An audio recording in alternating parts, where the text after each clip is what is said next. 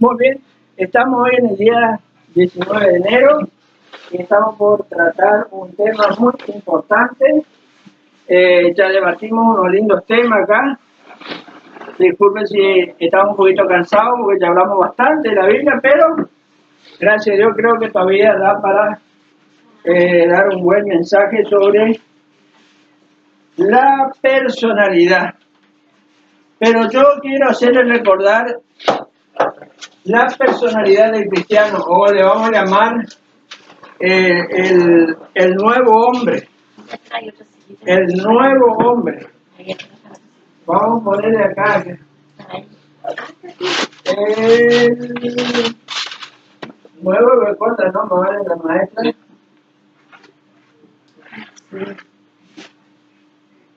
El nuevo hombre. Me busca después sobre eso, cosillas. Ya te voy a decir, ya te digo. Efesios 4:24. Efesios 4:24. Bueno, sí. ¿Saben qué, hermano? El otro día estuvimos hablando un tema muy interesante, que era acerca de Gálatas 3, capítulo 3, versículo 5, que el Espíritu Santo hacía maravillas. El Espíritu Santo hace maravilla entre nosotros.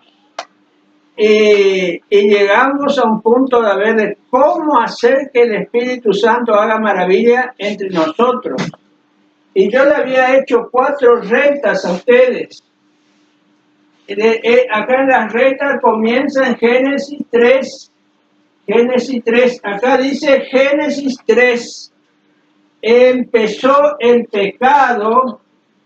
Empezó en el pecado el mundo hasta el fin. Acá como fin. Acá dice nuevo hombre, acá dice Génesis 3 y acá fin. El pecado, ¿quién sabe lo que dice en Romanos 4:12? Romanos 4:12. Así como el pecado entró en el mundo por un hombre. 5:12. Perdón, 5:12, sí. Como el pecado entró en el otro día ya habíamos dicho, como el pecado entró en el mundo por no el pecado pasó por tanto, como el pecado entró en el mundo por un hombre y por el pecado la muerte, así la muerte pasó a todos los hombres, por cuanto todos pecaron. Entró por un hombre. ¿Quién fue ese hombre? Adán, aunque era Eva, ¿se acuerdan la que comió, no? Por eso es que le digo yo siempre a los hermanos, a los hombres de hogar, tomen las decisiones importantes. Ustedes tomen las decisiones importantes. Y cuando se dan bien clarito cuenta de algo, y su esposa le dice, vamos a hacer lo contrario, pero vos te das cuenta que te va a caer en un precipicio si haces eso, entonces en ese caso tenés que decirle con mucho amor. Es difícil eso, yo digo, no es fácil. Con mucho amor, con mucha paciencia, voy a tener que tomar la decisión yo. Y la esposa va a tener que tomar la decisión de respetar la decisión del esposo. ¿Por qué? Porque acá, ¿a quién le culpó Dios la caída? ¿A quién? ¿A Eva le culpó? ¿Te culpó a Adán? Y cuando vos ya te vayas en el cielo y le digas, compré el auto rojo que está todo roto. Compré el auto rojo porque a mi esposa le gustaba. A mí me gustaba el que andaba bien, el blanco. Pero compré el auto rojo. ¿Quién es la autoridad en tu casa? Yo ya te puse a vos como cabeza de tu casa. Tienes que tomar, y ella tiene que aprender el no también. Y vos tenés que aprender también un día a tomarla. Ese es un trato. Yo cuando me puse de novia con María, yo le dije a María, lo único que te voy a pedir, María, lo único que te voy a pedir es que vos respetes mis decisiones. Y ella me dijo, sí, porque ella sabe lo que dice la Biblia, ¿no? Entonces, así se arregla, porque alguien va a tener que tomar la decisión, porque si nadie toma la decisión, que es un caos, ¿no es cierto? Va a tener que, como hoy le dije yo, en ese asunto que estuvimos hablando, uno va a tener que decir, bueno, vamos a llegar a una conclusión. Y bueno, entonces el hombre va a tener, por supuesto, si el hombre se equivoca, el hombre va a llevar después la consecuencia. Y si la mujer tuvo la razón, la mujer va a salir bien. Pero eso no significa, hermano, eso no significa que Dios le responsabiliza al hombre. En el hogar el hombre tiene que hacerle entender eso a la esposa. Dios me responsabiliza a mí. Yo puedo estar equivocado, sí, pero yo soy el responsable. A vos no te va a agarrar. A vos no te va a agarrar. El que me va a agarrar va a ser a mí. Entonces entendés. Así tiene que ser la cosa. Pero eso es aparte, ¿no? Aparte, estamos hablando del pecado. El pecado empezó cuando, en Génesis 3, cuando comió. ¿Se acuerdan unos rasgos ustedes ahí que pasó cuando comió el árbol de la ciencia del bien y del mal? ¿Se acuerdan que oyeron la voz de Dios y se escondieron? ¿Por qué se escondieron si siempre andaban con Dios? Ya sabía, ahí se dieron cuenta que ya tuvieron mala conciencia porque supieron que hicieron mal. Otro rasgo también, se dieron cuenta que estaban desnudos porque aprendieron la maldad. Antes ellos no conocían, era inocente, por eso era la dispersión de la inocencia, ¿sí? Ahí te entró el pecado. El pecado es el conocimiento del bien y del mal, ese fue el pecado, ¿no? Y por eso es que el más ignorante que anda por ahí sabe de todas las malas palabras que hay. El más ignorante te sabe todas las maldades que hay y todas las cosas malas que hay. Pero anda a preguntarle si sabe hacer el bien, eso sabe capaz, pero no es difícil que te haga, ¿no? Bueno, esa es la caída del pecado, ¿no? Entonces, el pecado estuvo activo, voy a poner activo. El pecado estuvo activo desde Génesis 3 hasta el fin del mundo. Ahora, hermano, el pecado está activo. Romanos capítulo 7, yo le leí el otro día, el querer el bien está en mí, pero no el hacerlo. Y allí que esto es, que no soy yo el que quiero hacer eso.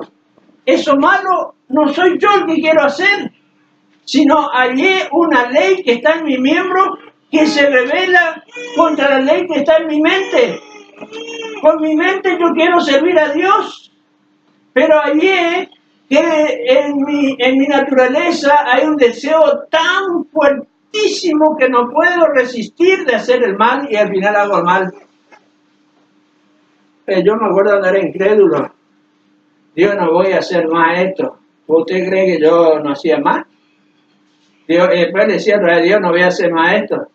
¿Ustedes creen que no iba a volver a hacer? Después pasaba otra vez. Dios, te prometo por mi mamá, mi papá, y por eso no voy a hacer más esto. ¿Usted cree que no iba a hacer otra vez? Siempre va a hacer lo mismo. Porque no hay. Y pusimos, esa es una ley que opera, que el otro día leímos, ¿no es cierto? La ley que opera. Miren el sermón anterior y saben esto, ¿no? Una ley que opera. Cualquiera quiere ponerse al día con esto. Miren, yo le puedo dar el sermón que tenemos grabado de la semana pasada, muy lindo. Entonces, ustedes saben, hay una ley que opera en el interior del hombre, en el corazón del hombre, hay una ley que opera, que siempre te tira abajo. El querer el bien está a mí, pero no hacerlo. Yo trato de hacer el bien y siempre termino que digo la mala palabra que no quise decir, digo la palabrota que no quería decir, al final termino diciendo. O quiero pegarle a mi hermano y dije que nunca más le iba a pegar. Esa es la naturaleza humana, hermano, una ley que está operando en nosotros, aún en creyentes. Justamente en Romanos 7 el Pablo era creyente, por lo menos la gran parte del capítulo era creyente, porque él está hablando de una lucha, una guerra, porque después abajo dice, gracias doy a Dios por Jesucristo. Ay, gracias a Dios que me diste en esta guerra, en esta lucha, en esta batalla, gracias a Dios que me diste a Jesucristo. Al final del capítulo 7 dice eso. ¿Y qué dice en Romanos 8:2? Ese hablamos el otro día. La ley del Espíritu de vida. ¿En quién? ¿En quién? En Cristo Jesús. Me ha librado de la ley, del pecado y de la muerte. Hay otra ley cuando somos salvos, que es la ley del Espíritu de vida, mucho más poderoso que la ley del pecado. Yo les puedo leer nomás Romanos 5:17, enseguida se dan cuenta, y hasta el final del capítulo 5 de Romanos, desde el 15, Romanos capítulo 5 del versículo 15 hasta el final, lean nomás, y mucho más grande es la gracia de Cristo que todo el pecado, el peso del pecado y la naturaleza humana pecaminosa que tenemos nosotros arriba. Bueno, les voy a seguir diciendo. Entonces, ¿qué le estoy diciendo, hermano? Hay una ley que está operando en nosotros los creyentes, que se revela a la ley del pecado que está en nuestro miembro. Hay una ley que está en nuestro cuerpo que se revela a la ley del pecado que está en mi miembro, Romanos 7. Pero poneme, búscame a mí, sí. ¿Y cuál es la ley que se revela a la ley del pecado? La ley del Espíritu. Romanos 8:2. La ley del Espíritu. La ley del Espíritu de vida. ¿Por qué dice de vida? Porque eso tiene vida, unión con Dios significa vida. Y tiene un significado, Zoe, la palabra griega. Que por dicho, acá hay una hermanita que se llama Zoe, que va a ser hermanita también. Bueno, hermano, vida. El Espíritu Santo nos da vida. ¿Qué dice Efesios 2:1? Que dice, y Él os dio vida a vosotros cuando estabais muertos en vuestros delitos y pecados, en los cuales anduviste en otro tiempo en la corriente, dice, de este mundo, siguiendo al príncipe de la potestad del aire, que es el espíritu que opera hoy en los hijos de desobediencia. Nosotros andamos en la corriente del pecado, andábamos antes, en la corriente del pecado. ¿Y saben qué? Dios está allá, y yo le estoy yendo para otro lado, como el buen correntino, ¿no? El chacareta allá y se va para el otro lado, ¿vale? Dios está allá y yo me estoy yendo para allá. Esa es la carne, la naturaleza humana, la ley del pecado, va en contra, va alejándose de Dios, porque tiene el diablo como un imán allá. El diablo tiene como un imán y le lleva a los bailes, al alcohol, a las drogas, al cigarrillo, a la mentira, a la insensatez y a millones de otras cosas más. Allá está un imán que le lleva, pero Dios está allá atrás. Pero por eso viene la palabra convertir. ¿Convertir qué significa? Eso significa convertirse. Convertirse significa darse vuelta. Pero el que se convierte se puede otra vez dar vuelta para allá. No, ya cree que no, pues es muy fuerte ese otro. Es demasiado fuerte, por eso yo le estoy tratando este tema. Por eso le estoy tratando este tema. No creen en convertirse acá mientras estén acá en la tierra. Ese imán poderoso de allá le va a tirar siempre. Pero ustedes tienen que agarrar para el lado de Dios. Hermanos, yo conozco hermanos espirituales. Hermanos espirituales. Acá mismo cuando me voy a Paso Los Libres, yo le conozco a 2 hermanos ahí. Toda la vida sirviendo a Dios. Toda la vida orando. Todas las noches en oración, hermano. ¿Usted cree que pasan una noche sin orar ellos entre ellos ahí?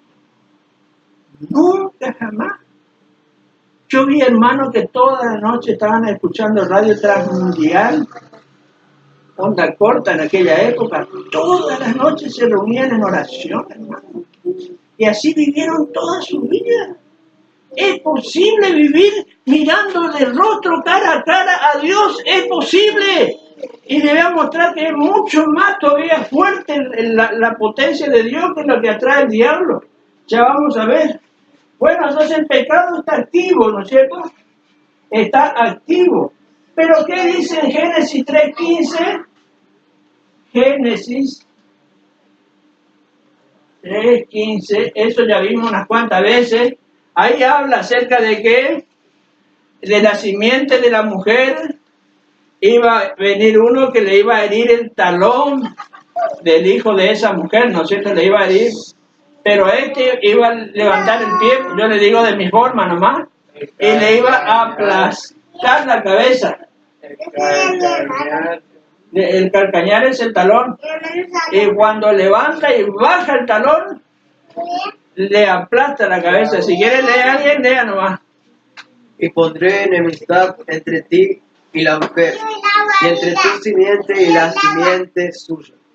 Esta te herirá en la cabeza y tú le herirás en el calcañar. Iba a venir Jesucristo en Colosenses capítulo 2, que dice que en la cruz venció al diablo, dice. En 1 Corintios también habla ahí en los primeros capítulos que si los, ¿cómo se dice? Si los príncipes hubiesen sabido, si las potestades hubiesen sabido, dice, porque este era un misterio que estaba escondido desde antes de la fundación del mundo y que le fue declarado, ¿a quién le fue declarado? A la iglesia. Pero acá que dice, sin embargo, 1 Corintios 2:6 dice, sin embargo, hablamos sabiduría entre los que han alcanzado madurez. 1 Corintios 2:7, más hablamos sabiduría de Dios en misterio, la sabiduría oculta, la cual Dios predestinó antes de los siglos para nuestra gloria. Y miren lo que dice el 8. La que ninguno de los príncipes de este siglo conoció. ¿Quién es el príncipe de este mundo? Allá viene el príncipe de este mundo, dice, pero él nada tiene conmigo, dijo el Señor Jesucristo. El diablo cuando venía, y te acordás cuando entró en Judas. Entró en Judas para matarle a Jesucristo. El diablo le estaba haciendo todo para matarle a Jesucristo. Entró en Judas, hizo todo el armamento con Judas, le dominó a Judas. Miren lo que dice el versículo 8. La que ninguno de los príncipes de este siglo conoció, porque si la hubieran conocido, nunca habrían crucificado al Señor de gloria. Nunca lo hubiesen crucificado. Si ellos sabían que con la muerte de Cristo en la cruz, ese era el misterio que estaba escondido, Efesios capítulo 3, Efesios capítulo 2, que la iglesia salió de eso. Y a veces se dice el misterio del capítulo 3 de Efesios es la iglesia, pero el fundamento es la cruz. Sin cruz no existe iglesia. Por eso yo le digo, la iglesia es como se dice, es como ese viento que viene del ciclón que viene dando vuelta o del tornado. La iglesia arrasa con todo en el mundo. Pero el centro de la tormenta es la cruz de Jesucristo. No puedo decir gloria a Dios porque me van a echar. Amén. Amén. El centro es la cruz de Jesucristo, hermano. Ese era el misterio. Ese era el misterio que estaba escondido. Y dice que si los príncipes de este mundo, si los príncipes hubieran sabido esto, que con la cruz de Cristo, Cristo iba a formar su iglesia y iba a salvar a todo el Antiguo Testamento que creyeron en el sacrificio del Cordero, y iba a salvar a millares que creen en Jesucristo como su Salvador. Si el diablo, por medio de esa muerte en la cruz, si el diablo sabía que la sangre que derramó Cristo en la cruz era el precio que se estaba pagando, porque era la vida de Jesucristo, y la vida de Jesucristo era el precio que se estaba pagando para redimir las almas de todo el mundo, ¿ustedes creen que el diablo le iba a querer matar a Cristo? Ahí mismo yo le leí el versículo. Acá está 1 Corintios 2:8, para alguno que tenga duda de eso. Entonces a mí se me hace así, mire, esto no es Esto no es como se dice bíblico, ¿eh? Lo que le voy a decir no es bíblico. Entonces para mí cuando Cristo estaba en la cruz, los demonios estaban como en el mundial, vamos arriba, vamos todavía, vamos, no vamos a decir Río ni vamos a pasar un lío acá, no. Vamos a decir, vamos Peñarol, vamos Nacional, vamos. Y estaban todos los demonios ahí, capaz tienen un cuadro, no sé, estaban ahí hinchando por su hogar. Y cuando murió, se explotó todo el infierno, explotó de alegría. Pero después viene uno y le dice, mira que allá está predicando Pedro en la tierra. Y dice que y Pedro está diciendo que por la muerte de Cristo se salvó casi toda la humanidad. Entonces el gol que hicimos nosotros fue en contra. Había sido que estamos haciendo los goles en contra. Los demonios ahí se querían agarrar la cabeza. Estamos haciendo mal nosotros. Por eso habla, si ustedes leen Efesios capítulo 2, capítulo 3 y otros libros, también habla mucho del misterio que estaba escondido en lo más secreto de Dios. Eso no sabían, ni los príncipes de este mundo sabían. Ellos ni los del Antiguo Testamento, ni los profetas, dice Pedro, sabían. Dice que ellos miraban, querían distinguir, querían saber cómo puede ser un Mesías que muera. ¿Cómo puede ser el Mesías que iba a gobernar el mundo entero? Esté en una cruz que fue para un malhechor, en una cruz que fue para un maldito. Pues él se hizo maldito, pero ¿cómo? ¿Quién iba a creer que él se iba a hacer maldito por nosotros? ¿Quién iba a creer eso? Si vos te ibas al Antiguo Testamento, el Mesías se va a hacer maldito y va a morir en una cruz. Estás loco, vos te iban a decir. No es así, hermano. Gracias a Dios, hermano. La cruz de nuestro Señor Jesucristo entró en actividad, cuando ya entró en el Antiguo Testamento, ya ni bien pecó Adán y Eva, ni bien pecaron. Dios ya estableció el sistema de sacrificio. ¿Quién fue el primero que hizo un sacrificio y fue contado por justicia? Hebreo 11:3, ya me leen ya. Hebreo 11:3 o 4 creo que es. ¿Quién fue el primero que ya estaba haciendo sacrificio para salvarse? Por la fe Abel ofreció a Dios más excelente sacrificio que Caín, por lo cual alcanzó testimonio de que era justo, dando Dios testimonio de sus ofrendas, y muerto aún habla por ello. Lee el comienzo, hermano.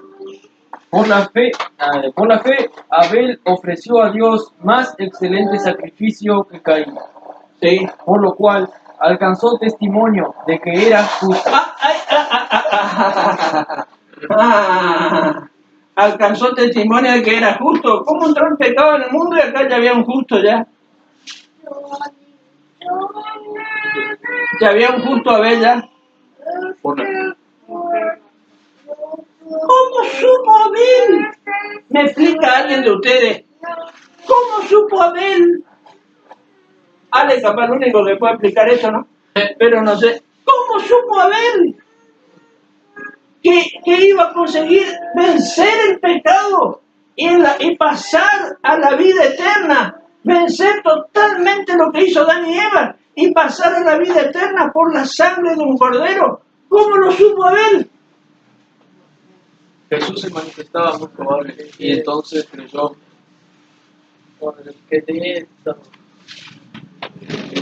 En Hebreo capítulo 3 está la respuesta. En Hebreo 11 digo. Hebreo 11 está la respuesta. ¿Por fe? Por fe. ¿Saben por qué? ¿Qué significa fe? Ustedes no saben que Dios hablaba con los primeros hombres, conversaba con Adán y Eva y se escondieron, después le encontró. Ustedes no saben que Dios hablaba con Abraham y le contaba todas las intimidades que tenía y fue llamado amigo de Dios porque le contaba todo. Todo le contaba. No está en la Biblia porque si no vamos a llevar la Biblia en carretilla. No sé cómo dicen los uruguayos, carretilla, los brasileños. Es un carro, le vamos a llevar la Biblia. Entonces nosotros nos hizo así para que entendamos bien clarito cómo es la cosa. Entonces, si tuvo fe, Si este tuvo fe, si Abel tuvo fe, fue porque alguien le dijo, Dios le dijo a él, a mí tenés que acercarte por mí por sangre de cordero. Porque más adelante va a venir ¿quién? El Cordero de Dios que quita el pecado del mundo va a venir más adelante. Dijo Juan el Bautista, es aquí el Cordero, Juan 1, es aquí el Cordero de Dios. Entonces Abel estaba sabiendo porque Dios le dijo. Ahora yo le hago una pregunta a ustedes, hermanos, a ver, para que estén atentos, no se me duerma nadie. Nadie se me duerma, Le hago una pregunta. ¿Y cómo entonces tuvo fe Abel? ¿Por qué tuvo fe Abel? Porque Dios le dijo, no haga esto, hace esto. Y él creyó en lo que Dios dijo. Amén. Amén. Vamos a decir gloria a Dios, ya no. Porque le encanta. ¿Cómo es que dicen en la tele? ¿Cómo dicen? Bueno, a veces escuchamos. Amén, gloria a Dios. Muy bien. La sangre de Jesucristo, hermano. Él ya sabía y Dios ya le dijo a Abel y ya le dijo a Caín también, pero Caín dijo no, ese es el tipo de religioso. No. Yo voy a hacer a mi manera, como a mí se me encantan las cosas, como a mí se me ocurre. Yo quiero ofrecer las cosas que a mí me costó conseguirlas, y como yo soy labrador de la tierra, yo voy a hacer las cosas que me costó con mi esfuerzo personal, con mi fuerza, mi lucha, mi trabajo todos los días bajo el sol. Con eso yo me voy a presentar con mi fuerza y me va a prevalecer delante de Dios. Esa es la religión, hermano. Esa es la religión por la fuerza humana. Y todo eso que hacía no es nada para Dios. Para vos, Abel era tonto o era muy sabio. ¿Qué le Tonto. Pero vamos acá a decir ya esa cosa. Vamos para lo que después se van a enojar con nosotros los que están. Vamos a decir, Abel era el sabio, es decir, el que tenía fe. El otro fue un desastre, el Caín, porque dijo voy a hacer, y hay muchos insensatos que dicen voy a hacer como a mí se me encanta, como a mí me gusta. Me voy a acercar a Dios por ese pedazo de palo que está allá. Me voy a acercar a Dios. Me voy a acercar a Dios, voy a regalar mi casa a la iglesia. En la época de la indulgencia, ¿se acuerdan cuando creo que no me acuerdo cómo se llamaba, sí, cuando vino en la época de Lutero, en la época de Lutero, y le decía a todos la época, en el lugar de Alemania, le decía, si vos das tanta plata, el alma de tu difunto se salva. ¡Ay, qué lindo! Voy a dar plata entonces. El alma de mi difunto se salva. Y si da más plata, más rápido sale del purgatorio todavía. Voy a juntar toda la plata que tenga para sacar a todos mis parientes allá del purgatorio. ¿Y cuántos parientes tenés? Tengo unos cuantos. Voy a tener que entregar todo lo que tengo. Mentira. Mentira. ¿Para qué murió Cristo?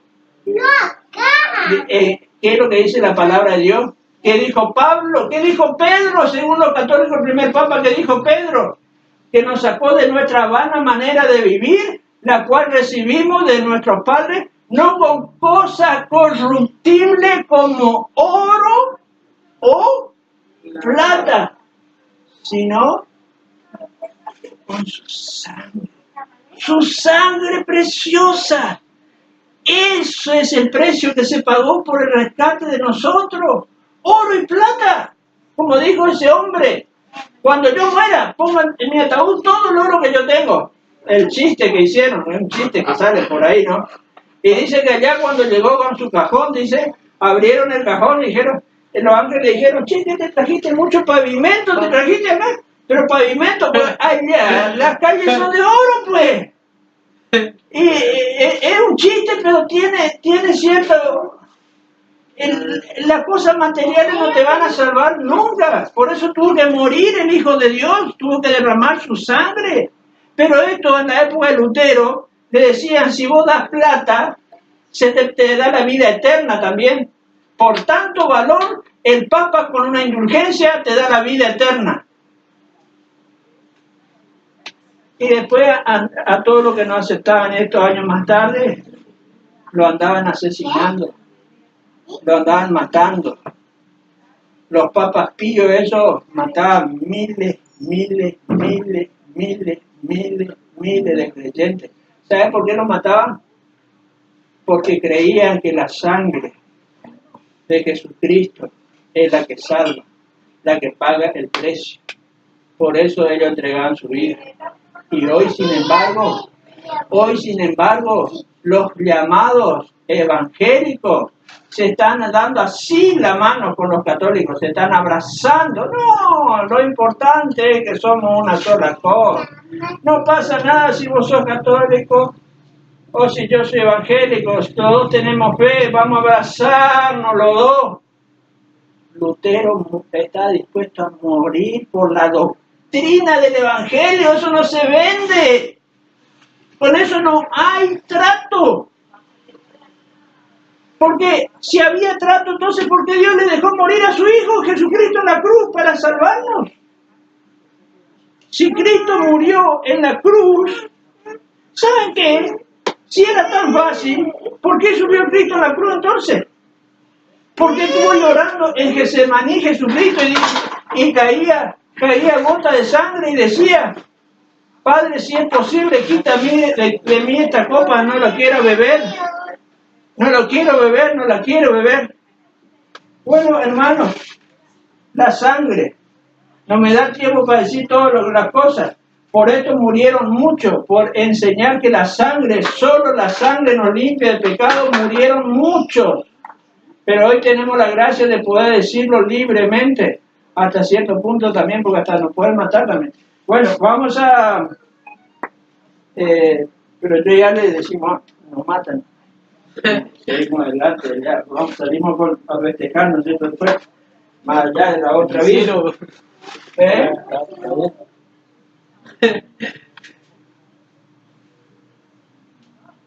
Hay otra línea. Hay otra línea.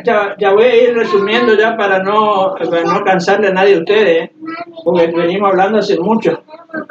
¿Cuál era la otra línea? Hebreo 11.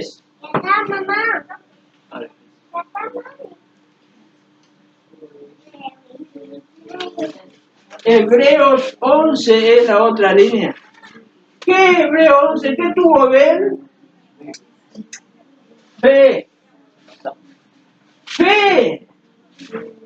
Desde que Adán pecó, y Eva, entró ya la sangre. Sí, pero más adelante, por acá entró el tabernáculo y entró todo el sistema legalístico de Dios y el sistema legal del gobierno de Israel, que habla al final del libro de Éxodo, Levítico, Deuteronomio, una cantidad enorme de leyes contra los esclavos, contra todas las cosas que hay que hacer. Y todo, ustedes saben que si antes una esposa traicionaba a un esposo, lo apedreaban. Ustedes saben que había peligro de muerte. Saben que antes está la ley mosaica, la ley, cuando entró la ley en la época de Moisés, que si uno maldecía al padre o la madre le tenía que apedrear. Mire si hoy está vigente la ley. Miren si está vigente hoy la ley. A todos nos tienen que apedrear. Pero ¿saben qué? Cuando entró en vigencia la ley del Sinaí, de Moisés, entró el tabernáculo también. Se aumentó la capacidad de la sangre de Cristo hasta no da más poder.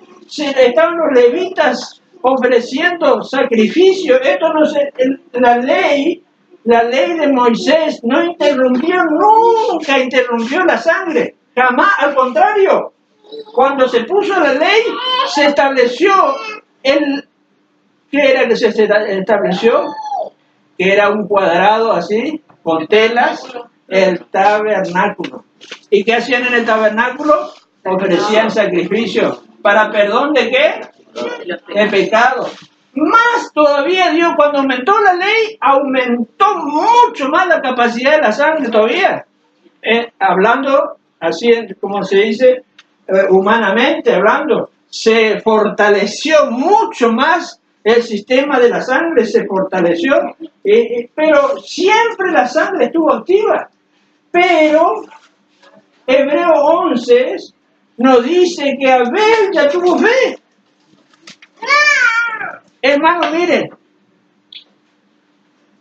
¿qué era que enseñaba Jesucristo? Las más cantidades de enseñanza que dio Jesucristo sobre qué era, aparte de muchas cosas.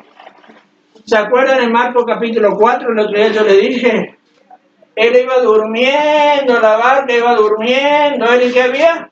Una tormenta. Se iba a hundir la barca y los discípulos desesperados. Y después que le dijo él que calmó la tormenta, ¿qué le dijo? ¿Y dónde está vuestra fe? En Mateo capítulo 17, ¿se acuerdan cuando él estaba en la transfiguración arriba del monte? Y cuando bajó dice, le he traído a mi hijo endemoniado y tus discípulos no pudieron hacer nada, estaban quejándose contra Jesucristo. Y Jesucristo que dijo, tráemelo acá. Y Jesucristo le levantó ese endemoniado y después dijo Jesucristo algo que solo aparece allá, creo que si no estoy equivocado, en Números capítulo 14. Oh, generación incrédula y perversa. ¿Hasta cuándo he de soportar? Traédmelo acá. Y después le dijo, ¿por qué nosotros no pudimos?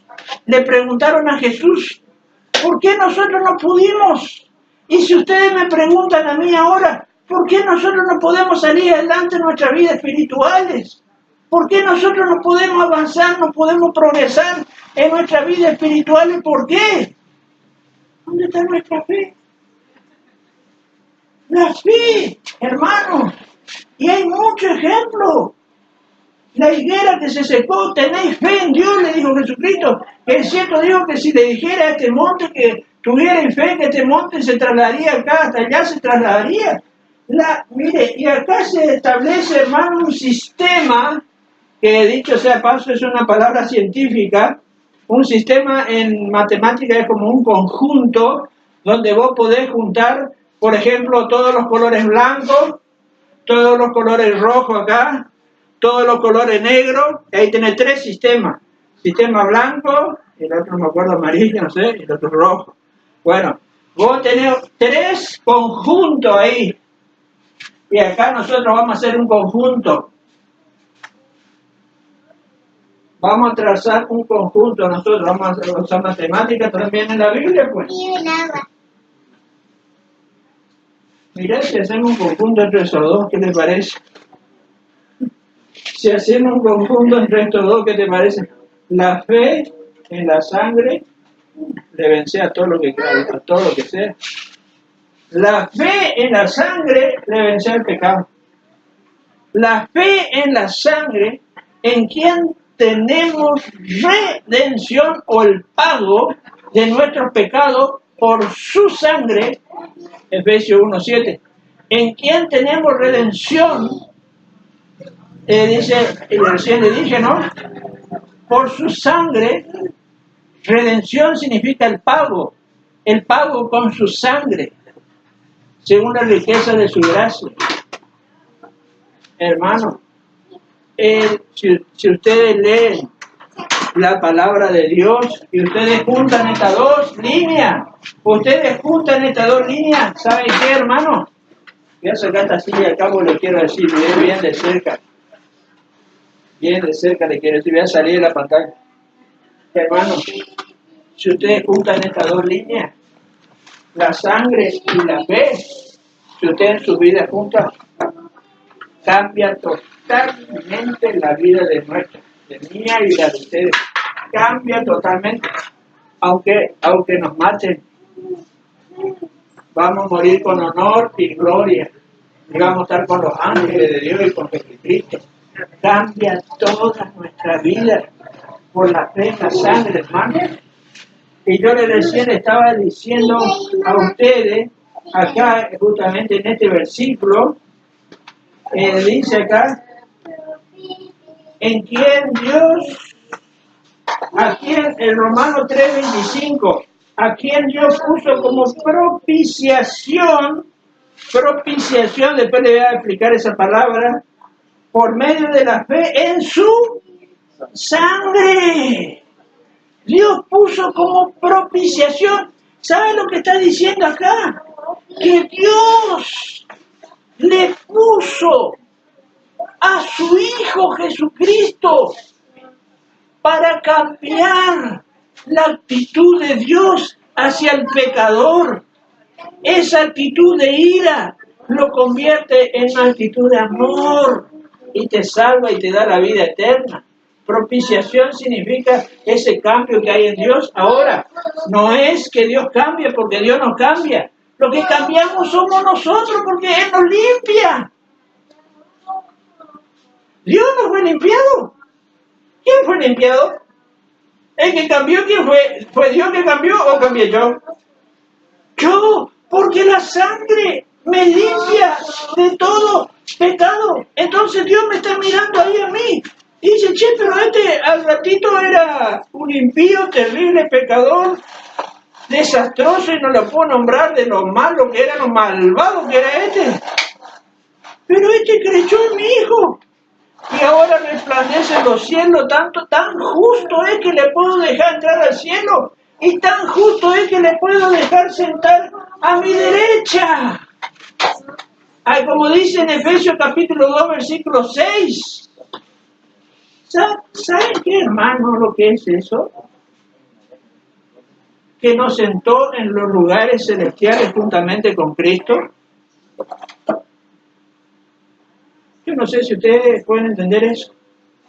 Que Dios ya le ve a ustedes sentado en los cielos, ya lo ve sentado a ustedes. Ya lo ve sentado en los cielos a ustedes.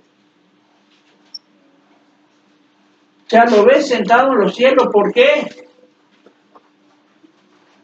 Porque le dejó tan limpio Cristo.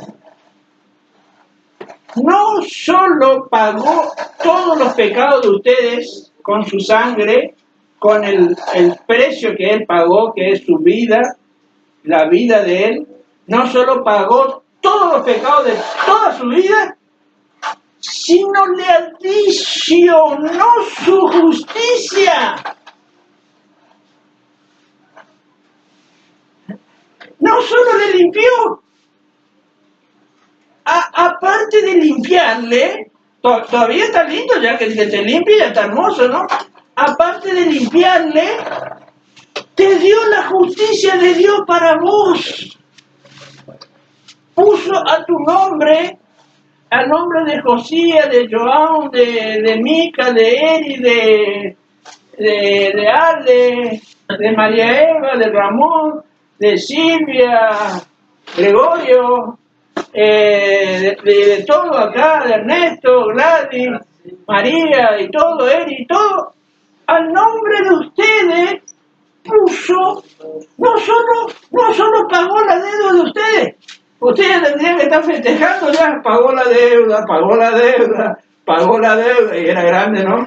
Pero encima le dice, dale mi justicia como si fuese la de ellos. ¿Y dónde está eso? Acá mismo está eso. En el 26, Romanos 3, 26, y buscame en 1 Corintios capítulo 5, 2 Corintios capítulo 5 también nos hizo justicia. Ahí en Romanos 3, 26 dice, con mira de manifestar en este tiempo su justicia, a fin de que Él sea el justo, mire, Él sea el justo y el que justifica el que justifica a la fe de Jesús. Pero ese no es todavía tan específico, es ya específico porque Él te justifica. Es decir, bueno, yo te justifico, yo te doy la justicia, yo te justifico. Pero hay otros versículos que son mejores todavía. Que nos hizo justicia, justificación, sabiduría, santificación, redención. No, ese es, no, 2 Corintios capítulo 5, el último versículo. Al que no conoció pecado por nosotros lo hizo pecado para que nosotros fuésemos hechos justicia de Dios en él. Para que nosotros fuésemos hechos justicia de Dios.